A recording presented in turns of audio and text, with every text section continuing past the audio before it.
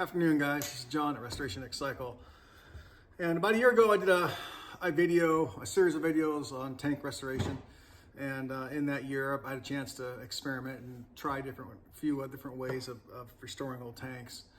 And so I'm going to go ahead and kind of update the video I did from a year ago and share with you how I restored these tanks. This is just how I do it. Take it or leave it. Seems to work pretty well for me. Everybody has their own way of doing stuff, but I respect that. So today I'm gonna, this tank here is a 82 XR200 tank. It's pretty weathered. There's no substantial scratches in it.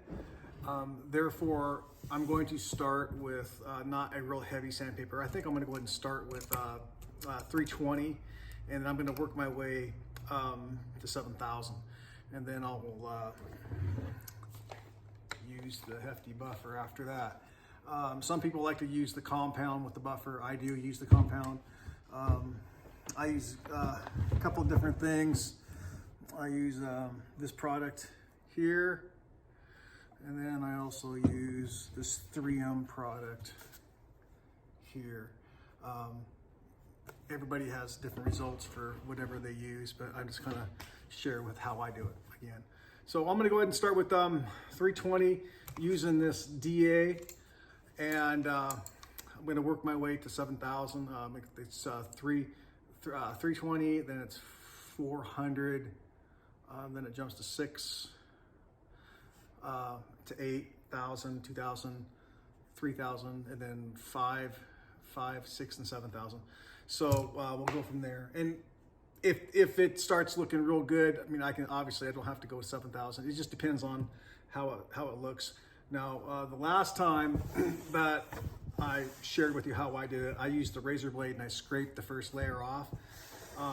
That's the one part that I'm going to not do this time.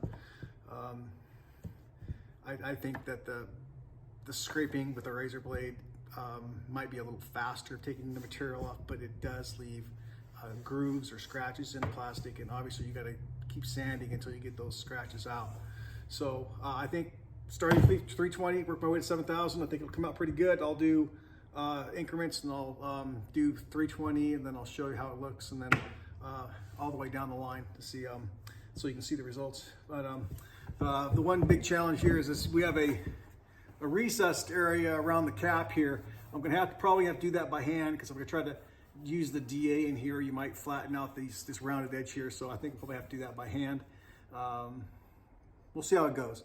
It's kind of an experiment, but what I'm gonna do is that I left one mount on the tank. I'm gonna put it in my vise, and I'm just gonna let the DA rip. And now obviously I'm gonna take that DA and I'm gonna keep it moving, because you're gonna cause divots in the plastic if you stay in one place too long. So we're gonna give it a shot and see how it goes. This is part 2 of tank restoration on the 82 XR200 tank. So I thought I could start out with 320 grit, and there were some pretty deep scratches on the right side on the top. So I started with 220, and I've worked my way down to 400 now. And so we're gonna keep working my way on down to maybe 8,000. But as you see, there's it looks pretty. It's got some scratches. You see the sanding scratches in it, but that's how it happens. But all the oxidation came off, and I got the scratches out. There's one real bad place right here that it's pretty deep, so I'm just gonna have to not go any further on that, or else I don't want to go through. So that's it. We'll keep you posted on the next segment. Okay, this is part 3 of the tank restoration 82 XR200.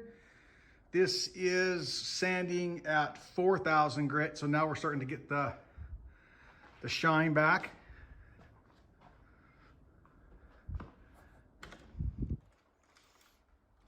So I'm going to move on to 7.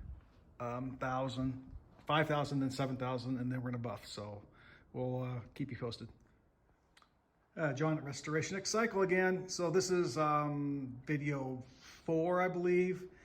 This is the XR200 tank that I've been working on. So if you've taken a look at the before photos, this is what I think I'm gonna leave it at.